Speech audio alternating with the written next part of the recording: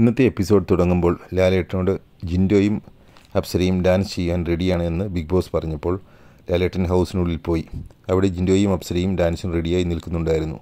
അവരെ ഡ്രസ്സ് അണിയിച്ചതിന് ജാൻമണിയോട് നന്ദി പറഞ്ഞ് ലാലേട്ടൻ ജിൻഡോയോടും അപ്സരയോടും ഡാൻസ് ചെയ്യുവാൻ പറഞ്ഞു.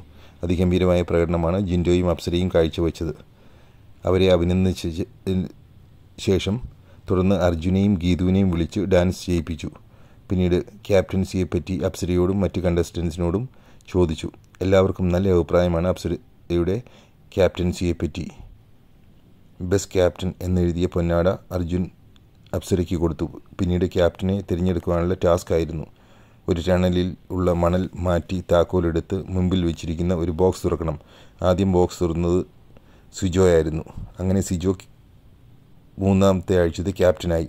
പിന്നീട് വിശ്വാസവഞ്ചനയെപ്പറ്റി ഋഷിയോട് ചോദിച്ച് ഒരു ചെറിയ ടാസ്ക് കൊടുത്തു. ഒരു ബാഡ്ജ് വിശ്വാസമുള്ളയാളുടെ ദേഹത്തും ഒരു ബാഡ്ജ് വിശ്വാസമില്ലാത്തയാളുടെ ദേഹത്തും ഒട്ടിക്കണം. കാരണവും പറയണം. ഏറ്റവും കൂടുതൽ വിശ്വാസമുള്ള വ്യക്തി എന്നയാൾ ഋഷിയും വിശ്വാസമില്ലാത്തയാൾ ഗബ്രിയുമായി. പിന്നീട് ഒരു ഫൺ ടാസ്ക് ആയിരുന്നു. 3 കണ്ടസ്റ്റൻസും ഒരു വശത്ത് കണ്ണുകെട്ടിയിരിക്കുകയും മറ്റ് 3 പേർ ഓപ്പോസിറ്റ് സൈഡിൽ ബൗളിൽ വെച്ചിരിക്കുന്ന വെജിറ്റബിൾസ് എടുത്ത് കണ്ണുകെട്ടിയിരിക്കുന്നവർക്ക് കൊണ്ടുചെന്ന് കൊടുത്ത് അവർ അത് കഴിക്കണം. ജിൻഡോയും രശ്മിൻ ഭായിയുമാണ് ടാസ്കിൽ വിജയിച്ചത്.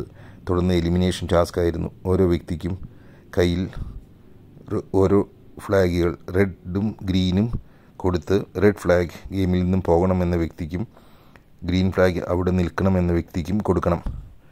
എല്ലാവരും ഫ്ലാഗ് കൊടുത്തു കഴിഞ്ഞപ്പോൾ ഏറ്റവും കൂടുതൽ ഗ്രീൻ ഫ്ലാഗ് ഋഷിക്കും റെഡ് ഫ്ലാഗ് സുരേഷ് മേനോനും കിട്ടി. ഒരു ഫ്ലാഗും കിട്ടാത്തത് ജിൻഡോയ്ക്കായിരുന്നു.